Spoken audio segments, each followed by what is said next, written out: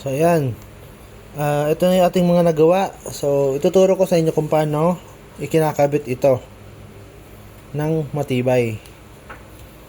So, kapag bumili ka kasi niyan, isang set na yan. So, meron na siyang stand.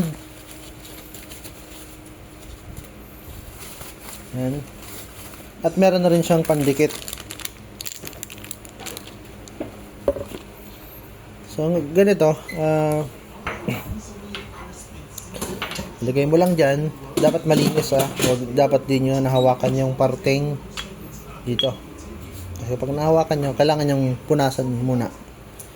So ngayon, nakikita nyo itong side na to, medyo hindi siya glossy. Hindi masyadong nakafocus Ayan, hindi masyadong glossy, di ba? So dyan natin ididikit yung pandikit. So dalawa yung pandikit natin, isang kulay black at isang blue. Yan. So, ang gagawin lang natin, ilalagay lang natin tong kulay black. So, patakan natin dito. Isang mahabang guhit. So, yan. Ngayon, lagyan natin ng konti lang, dots lang. Huwag nang dadamihan. Yan, patak-patak lang.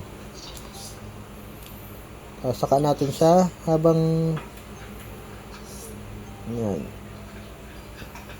So, i-align natin. Tapos, hintayin natin ilang segundo. Tapos, pwede natin siyang i-move para doon siya mas tumigas. So, ganun lang. Yan. So, isa pa. Una, lagyan natin ng pandikit. Itong black na pandikit. Isang guhit na pahaba. Ganun. Yan. Pagkatapos ay ipapatakan natin to.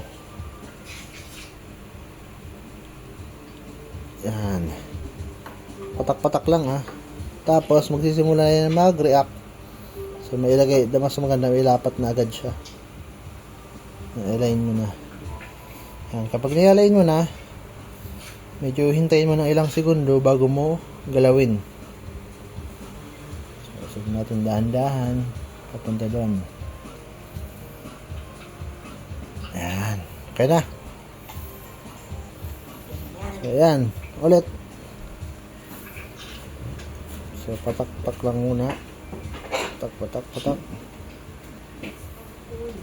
Hindi masyado makita.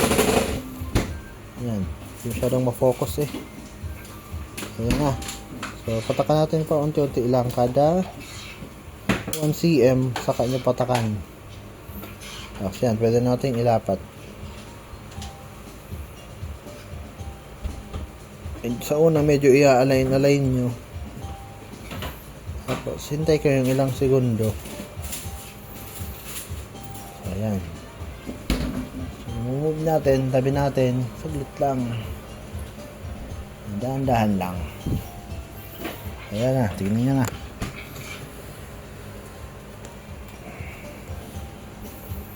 Yan.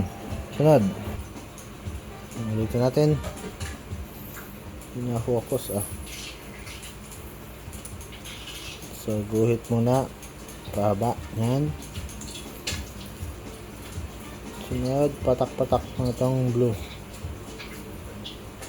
So, yan na.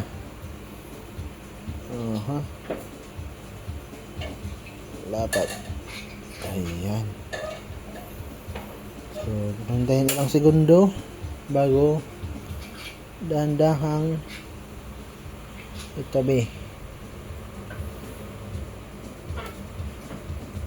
Yan.